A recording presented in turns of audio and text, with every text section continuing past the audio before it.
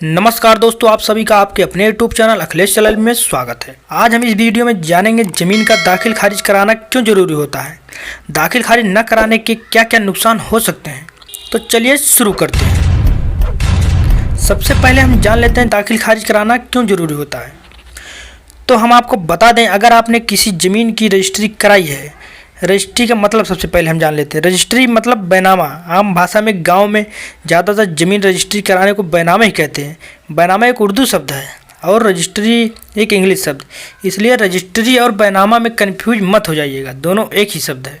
हाँ, तो हम बात कर रहे थे, अगर आपने किसी ज़मीन की रजिस्ट्री करा ली है और उसका दाखिल खारिज नहीं कराया है तो उसका दाखिल खारिज ज़रूर करवा लीजिए, क्योंकि आजकल होता यह है कि एक ही प्लाट को कई लोगों को बेच दिया जाता है।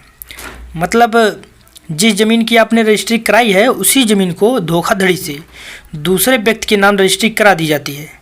आजकल इसी ठगी का लोग शिकार हो रहे हैं।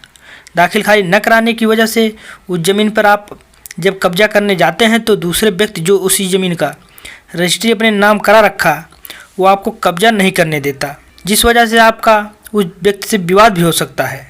अब हम बात करते हैं, जिस ज़मीन की आपने रजिस्ट्री कराई है उसका मालिकाना हक कैसे मिलेगा आपको। तो हम आपको बता दें, नियमों के अनुसार किसी ज़मीन या प्रॉपर्टी को खरीदने के बाद उसका दाखिल खारिज कराना बहुत ज़रूरी होता है। दाखिल खारिज एक ऐसी प्रक्रिया है जो सरकारी रिकॉर्ड में आपके द्वारा खरीदी गई ज़मीन को आपके नाम ट्रांसफ़र करता है। दाखिल खारिज कराने के बाद ही आपको उस ज़मीन या प्रॉपर्टी का मालिकाना हक मिलता है। अब हम जान लेते हैं दाखिल खारिज न कराने के नुकसान। यदि आपने अपनी ज़मीन या प्रॉपर्टी की दाखिल खारिज नहीं कराई है तो भविष्य में अगर उस जगह से जहां पर आपकी ज़मीन या प्रॉपर्टी है उस सरकार का कोई प्रोजेक्ट पास होता है और सरकार उस ज़मीन को लेना चाहती है तो आपको उस ज़मीन का मुआवजा नहीं मिल पाएगा, क्योंकि आपने उस ज़मीन का दाखिल खारिज नहीं कराया है। अगर आप उस ज़मीन पर लोन भी पास करवाना चाहते हैं तो वो भी पास नहीं होगा।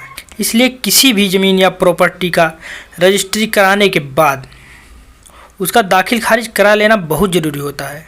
अगर आपको हमारा वीडियो पसंद आया है तो वीडियो को शेयर कीजिए और लाइक कीजिए और हमारे चैनल को सब्सक्राइब कीजिए। मिलते हैं अगले वीडियो में।